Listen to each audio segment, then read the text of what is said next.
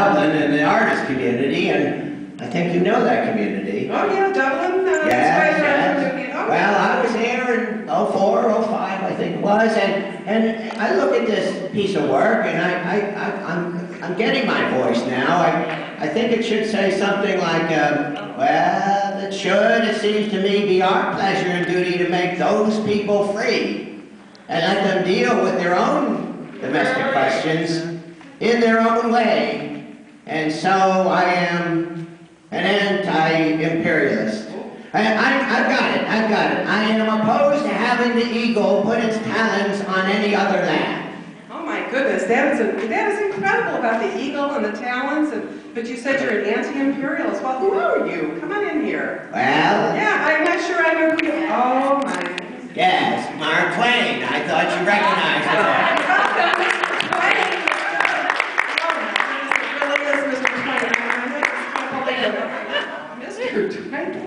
Well, when I worked here in New Hampshire in '04 and '05, it was one of the most productive times of my life. Yes. I don't know whether it was the air, the weather, the water, but I worked 35 days straight over in Dublin. But I think it's time we all got to work here because I'm concerned about our country. I remind people that I was vice president of the Anti-Imperialist League. And maybe it's time to bring that league back. And I'm going to share with you a statement that I made about the war.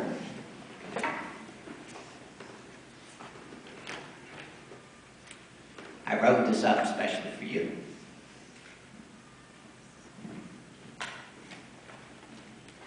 We, free citizens of the great republic, feel an honest pride in that statue, what she stands for, her greatness, her strength, her just and gentle government, her wide liberties, her honored name, her hands clean from oppression of the weak and from malicious conquest, her hospitable door that stands open to the hunted and the persecuted of all nations. While that patriotism endures, the Republic is safe. Her greatness is secure. And against them, the powers of earth cannot prevail. I pray you to pause and consider. Against the traditions, we are now entering upon an unjust and trivial war. A war against a helpless people and for a base object. Robbery.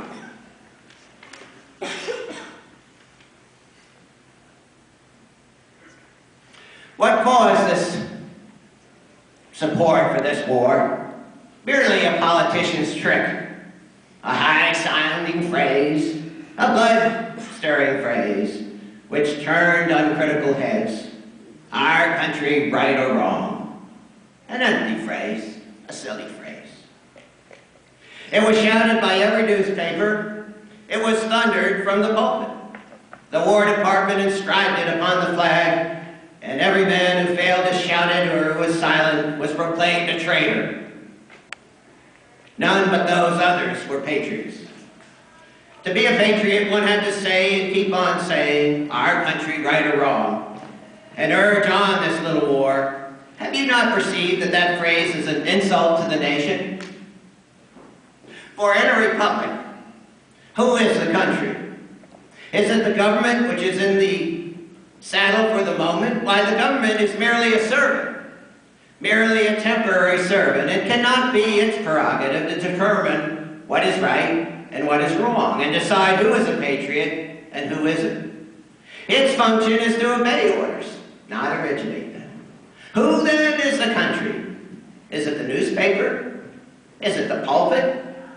The school superintendent? Why, these are mere parts of the country, not the whole of it. They have not command.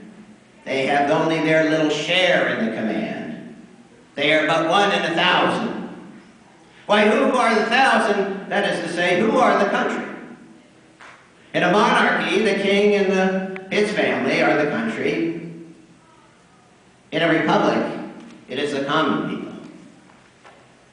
It's the common voice of the people, each of you for himself and herself, by herself and himself, and on his or her own responsibility must speak.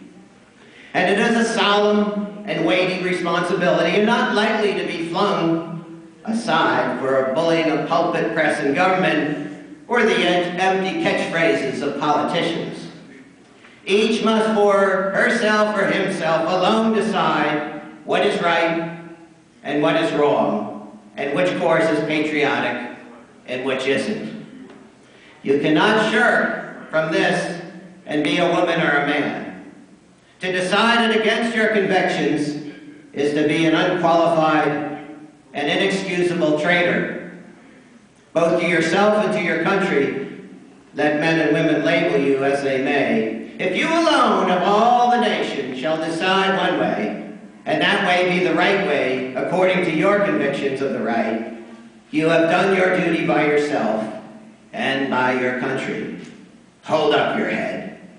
You have nothing to be ashamed of. Only when a republic's life is in danger should a man uphold his government when it is in the wrong. There is no other time. This republic's life is not in peril. The nation has sold its honor for a phrase. It has swung itself loose from its safe anchorage, and it is drifting. Its helm is in pirate hands. The stupid phrase needed help, and it got another one. Even if the war be wrong, we are in it and must fight it out. We cannot retire from it without dishonor. Why, not even a burglar could have said it better. We cannot withdraw from this sordid raid because to grant peace to those little people upon their terms, independence, would dishonor us. Take another examination. An inglorious peace is better than a dishonorable war. Well, thank you very much. I just wanted to share those thoughts with you, Miss Jane, because of your creative work. We're going to require creative work from all of us if we're going to change course.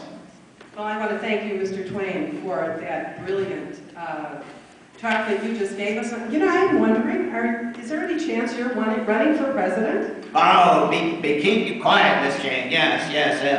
I've got a little button here, but that's at the Amherst Parade on July 4th, so nobody say anything about that. But yes, I'm surprised that you've heard that rumor. Oh, yes. Well, I'm going to cast my ballot for you, and I have something for you. Oh. Mr. Twain, I want to gift you this work of art about the Lady Liberty and the Eagle. I'm going to hand this to you right now. I want you to take it. I'm happy to have this piece of work. And actually, I've got a shirt here that a fine person gave me, which has its own dove on it. It seems to be flying right out of the great state of New Hampshire.